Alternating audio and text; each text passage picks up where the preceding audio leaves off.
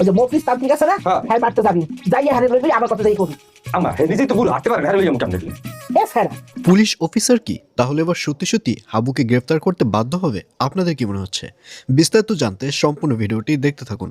আসসালামু আলাইকুম প্রিয় দর্শক, সবার কি অবস্থা? হাজির হয়ে গেলাম মিট এন্টারপ্রাইজ নিবেদিত হাবুর স্কলারশিপ নাটকের ৩২৮তম পর্বে কী সব ঘটতে চলছে তার অগ্রিম খবর নিয়ে।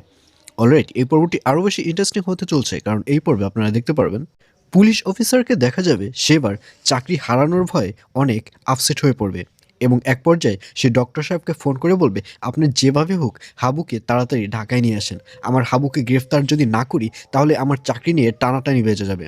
আর এই কথা শুনে ডক্টর সাহেবকেও দেখা যাবে সে হাবুকে ফোন করবে, হাবুকে ফোন করে বলবে, হাবু তোমার গ্রামে যেতে হবে না, তুমি তাড়াতাড়ি ঢাকায় আসো, কারণ পুলিশ অফিসার বলছে সে আগামীকালই তোমাকে গ্রেফতার করবে, যদি তোমাকে গ্রেফতার না করতে পারে তাহলে নাকি তার চাকরিটি চলে যাবে।